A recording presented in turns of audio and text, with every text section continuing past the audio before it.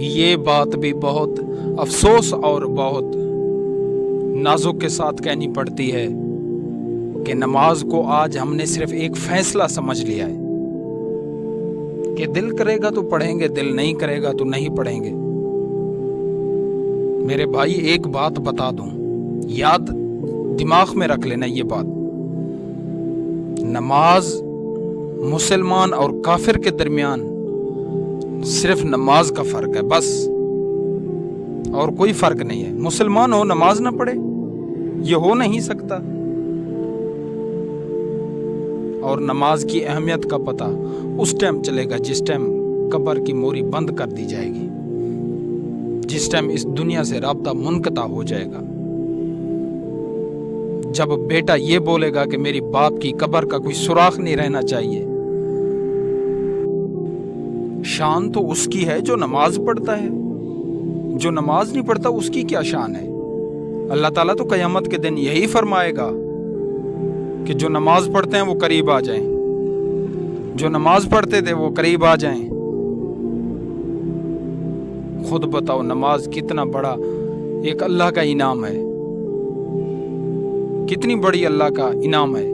اور صبح صبح جسے رزق کے پیچھے ہم بھاگے ہوئے ہیں نا، صبح اللہ کی بارگاہ میں فرشتے حاضر ہوتے ہیں جو رزق بانٹتے ہیں، اللہ کی بارگاہ میں حاضر ہوتے ہیں، حاضر ہو کر پوچھتے ہیں یا رب العالمین کس کو زیادہ رزق دینا ہے اور کس کو کم رزق دینا ہے، بتائیں۔ اللہ تعالیٰ فرماتا ہے جو میرے سے مانگ رہا ہے نا اس کو کم رزق دو۔ اب یہ تھوڑی ہریانی والی بات ہے کہ جو اللہ سے مانگ رہا ہے اللہ اس کو کم دے، لیکن اللہ تعالیٰ فرماتا ہے جو میرے سے مانگ رہا ہے نا اس کو رزق تھوڑا کم دو، اور جو سوئے ہوئے ہیں جو نہیں مانگ رہے اس کو رزق زیادہ دے دو۔ اور فرشتے اللہ تعالیٰ کی بارگاہ میں حاضر ہو کر پوچھتے ہیں رب العالمین یہ تو تمہارا بندہ تمہارے سے مانگ رہا ہے۔ اللہ فرماتا ہے فرشتوں میں بھی جانتا ہوں کہ یہ میرے سے مانگ رہا ہے، لیکن تھوڑا اور بھی تو مانگے نا۔ اللہ فرماتا ہے تھوڑا اور تو مانگے، تھوڑا اور تو مانگے، میں اس کو دیکھنا چاہتا ہوں یہ کتنے دن میرے سے مانگتا ہے۔ یہ توجہ فرمائیں، آج نمازیں چھوڑ رہی ہیں نا، نمازوں کا کوئی فکر نہیں ہے، صبح کی نماز کمبل پہن کر سوئے ہوئے ہیں، کسی کو پرواہ نہیں ہے۔ قبر کے اندر تو نہ کمبل ہوگی، نہ کفن میں کوئی جیب ہوگی، نہ الماری ہوگی، ایک اندھیری رات ہوگی، یا اعمال کی ایک کتاب ہوگی جو ہم دنیا میں کر کے جائیں گے۔ قبر منزلوں میں سے پہلی منزل ہے، جس نے قبر کو پاس کیا اس نے گویا پوری منزل کو ہی پاس کر لیا۔ اور اللہ تعالیٰ کیا فرماتا ہے جو میرے سے نہیں مانگ رہا اس کو زیادہ دے دو۔ یا اللہ یہ تو نہیں مانگ رہا، اللہ فرماتا ہے یہ نہیں مانگ رہا نا اس کو اور بھی زیادہ دے دو۔ اللہ اسے نہیں چاہتا کہ وہ اپنے سامنے اللہ تعالیٰ اس کو کھڑا کرے، وہ بھی کیونکہ اس کے اپنے کرتوت ہیں۔ اور اللہ تعالیٰ فرماتا ہے میں دولت دے کر بھی آزماتا ہوں اور دولت لے کر بھی آزماتا ہوں۔ اور جو مانگ رہا ہے نا تو اللہ تعالیٰ کیا کرتا ہے، تھوڑا امتحان لیتا ہے، تھوڑا مشکل دیتا ہے۔ اگر کوئی چیز مانگتے ہی مل جائے نا پھر اس کی قدر نہیں ہوتی، پھر اس کی کوئی ویلیو نہیں ہوتی۔ اگر کوئی چیز لیٹ مل جائے نا تو اس کی قدر بھی ہوتی ہے اور اس کی ویلیو بھی ہوتی ہے۔ آج اگر ہم نماز پڑھ رہے ہیں، کچھ مانگ رہے ہیں، نہیں مل رہا تو اس کا مقصد یہ نہیں ہے کہ ہماری دعائیں قبول نہیں ہو رہی، نہیں، دعائیں قبول ہو رہی ہیں، وہ سن بھی رہا ہے، لیکن تھوڑا وہ کہتے ہیں صبر تو کر، اور جس ٹائم تیرے کو ملے گا بے بہا ملے گا۔ یہ کون فرما رہا ہے؟ اللہ فرما رہا ہے نا۔ اور آج کا مسلمان تو سویا ہوا ہے، آنکھ کب کھلے گی؟ جب وہ قبر کے اندر لٹایا جائے گا۔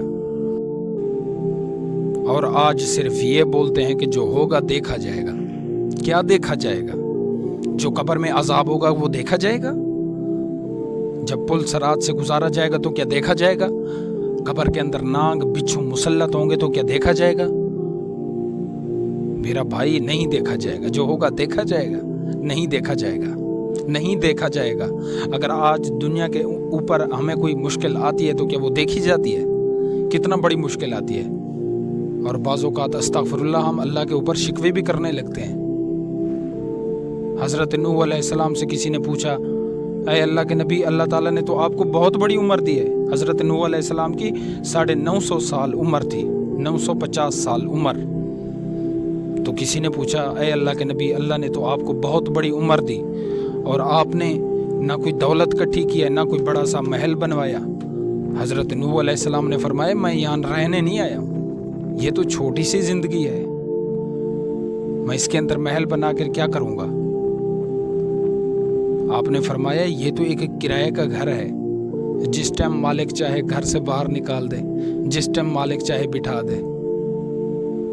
وہ اللہ کا نبی بول رہا ہے جس کی عمر 950 سال ہے, اور آج کے مسلمان کی کیا عمر ہے؟ کچھ بھی نہیں ہے میرے بھائی, کچھ بھی نہیں ہے.